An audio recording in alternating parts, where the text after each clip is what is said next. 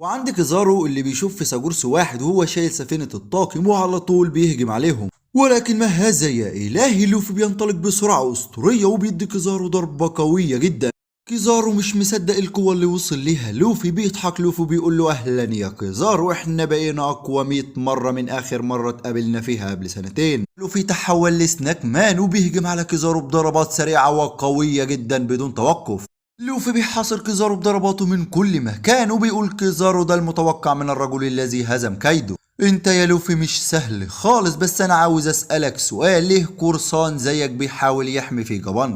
بيقول له لوفي انا اللي عاوز اسألك، هو انتم ليه عايزين تقتلوه؟ بيهجم لوفي على كيزارو بس مرة تانية بيصد ضربته وبيقول له كيزارو مين اللي قالك ان انا عايز اقتله؟ وبيطير كيزارو للأعلى في السماء بعيد عن الجزيرة بالكامل وبيقول بالتأكيد أنا لا أريد قتل صديقي، فعلشان كده لازم تتدخل يا قبعة القش. وبينطلق بسرعة الضوء بهجوم قوي جدا وبيضرب له في ضربة بتطيره لبعيد بسرعة رهيبة.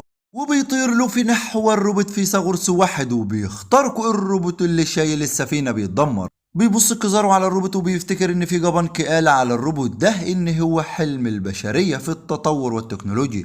ودلوقتي خلاص الروبوت اتدمر والسفينة بتسقط وجنبها فرانكي وبوني وبتخرج ليليس وهي بتقول ايه اللي حصل. بتبص ليليس على فيثاغورس وبتعيط وبتقول ان ده كان حلمنا ولكن خلاص اتدمر، وفرانكي هو كمان غاضب. وبتبص بوني وراها وبتلاقي كيزارو بيقول لها ياه اخر مرة شفتك يا بوني كنت لسه طفلة، الاطفال بيكبروا بسرعة رهيبة. ولكن ما تقلقيش انا عندي اوامر بالتخلص من فيجا بانك اللي انت بتكرهيه. وبتقول له بوني ما تتكلمش معايا انا خلاص هدفي اتغير، وبتحاول تهجم عليه وبتستخدم فاكهة تغيير العمر وتحوله لطفل صغير. ولكن كيزارو سريع جدا وبيقدر يتفادى كل الضربات وبيديها ضربة قوية جدا بيخليها تطير في سقف الحاجز.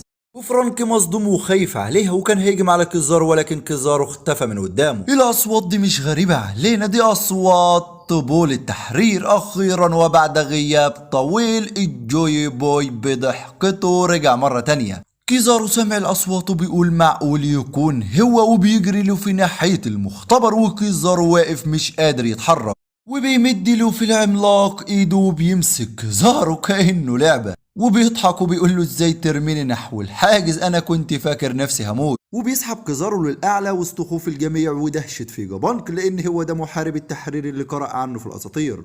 ويوسف بيقول له لوفي كنت هتدوس علينا، بيضحك لوفي وبيقول له انا اسف. ويوركي مش مصدقه اللي هي شايفاه، لوفي العملاق ماسك كيزارو كانه دميه صغيره.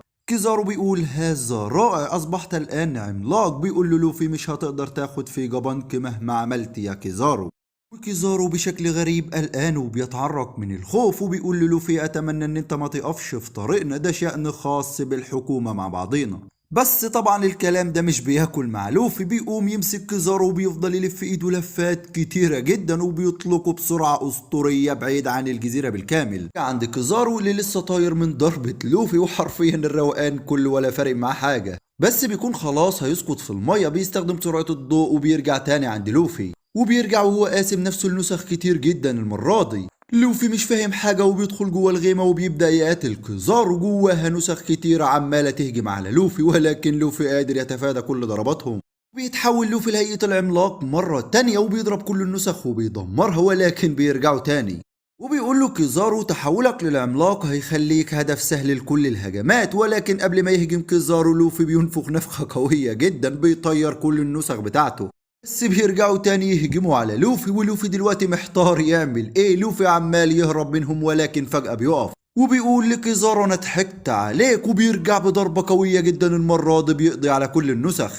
كيزارو اللي عمال يهجم على لوفي ولكنه مش عارف يصيبه. لوفي في هيئة الجيو بوي قوي جدا.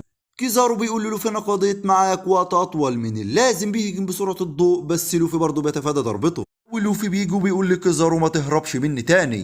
يقول له كيزارو انت خلاص هتوصل لحدودك في هذه الهيئة، بس لوفي مش مهم عنده الكلام ده. بيهجم على كيزارو بضربة تانية ولكن لوفي بيتفادى الضربة وبضربة جومو جومونو المرة دي لوفي هو اللي بيهجم على كيزارو ولكن ضربة لوفي مش بتصيب كيزارو ولكن لوفي عنده خطة بديلة من وراءه بيلف بسرعة وبضربة أسطورية بيضرب دماغ كيزارو. ضربة بتنفجر بالهاك الملكي يخرب بيت الجمدان في هذا القتال. ساتورن بيبص لفوق وبيشوف الجيو بوي بعيونه. أخيرا أيوه هو ده اللي راعب الجروس كلهم.